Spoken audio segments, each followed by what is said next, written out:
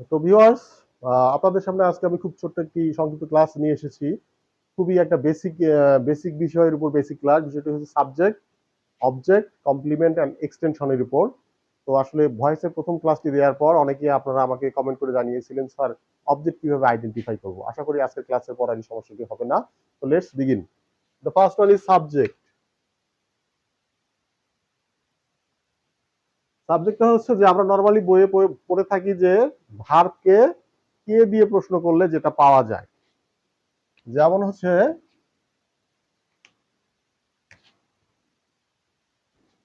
They play football. তাহলে আমি বলেছি কি বাক্যকে ভার্বকে কে দিয়ে প্রশ্ন করলে যেটা পাওয়া যায়। তার মানে এই যে এখানে ভার্বটা রয়েছে এটাকে আমরা কি দিয়ে প্রশ্ন করবো? হু।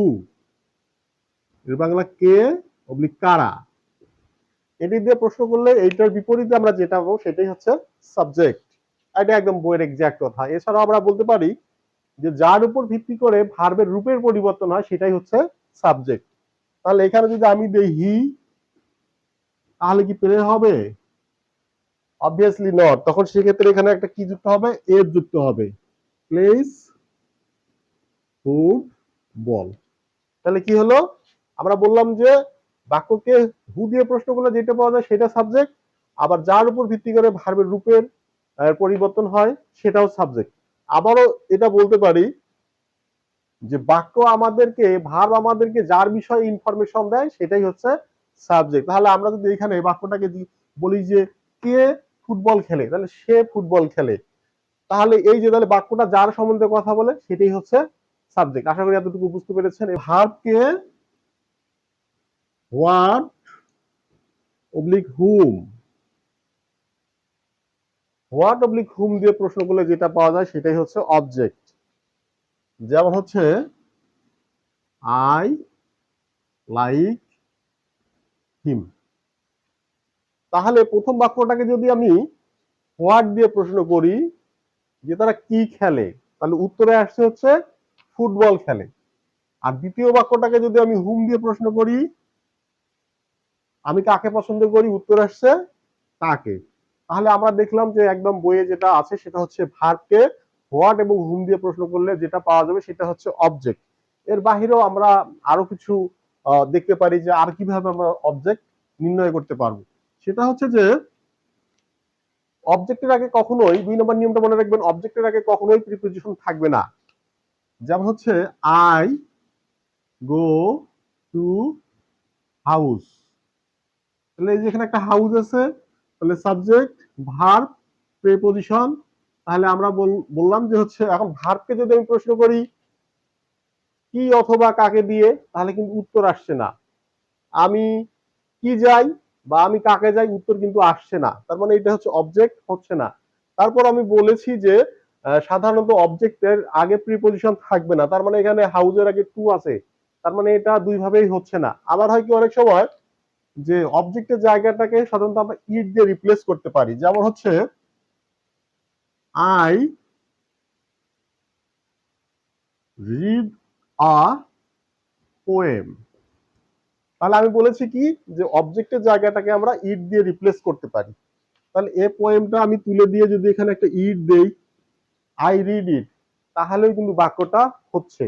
তার মানে হচ্ছে অবজেক্ট হতে গেলে সেটা হচ্ছে তার আগে কোনো প্রিপোজিশন থাকবে না, এবং কি বা কাকে দিয়ে প্রশ্ন করলেও ভাবকে সেটার একটা উত্তর আসবে। এবং হচ্ছে এটাও যদি আমরা না পারি তাহলে সেখানে কি করব, সাবজেক্ট এবং ভার্বের পর যে অংশটি থাকবে সেখানে আমরা একটা ইট বসিয়ে দেব। এবং ইট বসিয়ে দেওয়ার পর যদি সেটা একটা পূর্ণ মানে বাক্য হয়, মানে সম্পূর্ণ বাক্য অর্থ প্রকাশ করতে পারে, তাহলে সেটা হবে অবজেক্ট। আশা করি এতটুকু মনে থাকবে। এরপর যে বিষয়টা আছে হচ্ছে কমপ্লিমেন্ট। তাহলে ভিউয়ার্স, আমরা বোর্ডে 3টি বাক্য লিখেছি। তাহলে বাক্যগুলো যদি আমরা দেখি, যে I am happy, the pen is costly, he is a doctor. তাহলে এখন কমপ্লিমেন্টের বাংলাটা হচ্ছে পরিপূরক। আসলে আপনাদেরকে একটা কথা যদি জিজ্ঞেস করি যে আমার পরিপূরক কিন্তু আমি, আমি কিন্তু আমার জায়গাটাকে মানে ফুলফিল করতে পারি। তো বিষয়টা হচ্ছে যে ও কিন্তু ওর মিনিংটাই বলে দিচ্ছে যে ও হচ্ছে ওর পরিপূরক। তার মানে হচ্ছে আমরা যখন কমপ্লিমেন্ট আইডেন্টিফাই করতে যাব তখন আমরা দেখব যে ভার্বের আগে যে সামনে যে মানে সাবজেক্টের জায়গা এবং পরে ভার্বের পরের যে অংশ, সেই দুইটা জায়গার সাবজেক্ট এবং ভার্বের পরের অংশর যে ব্যক্তি বা বস্তু সেটা একই কিনা।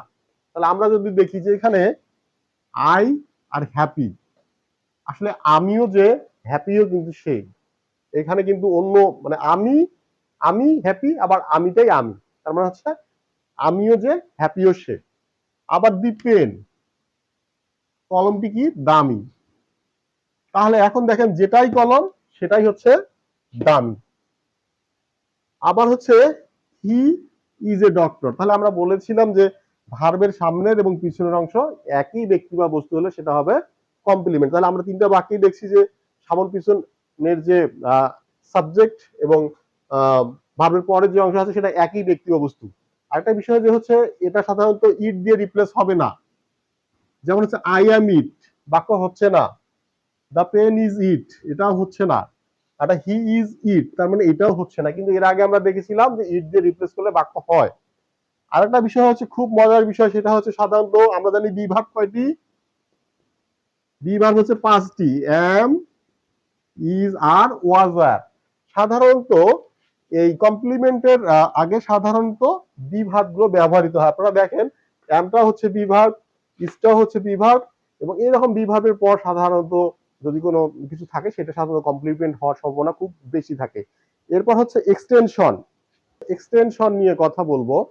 তাহলে আমরা একটু আগে কি দেখেছি যে এখানে আমরা ইট দিয়ে রিপ্লেস করলে কি পেয়েছি, অবজেক্ট।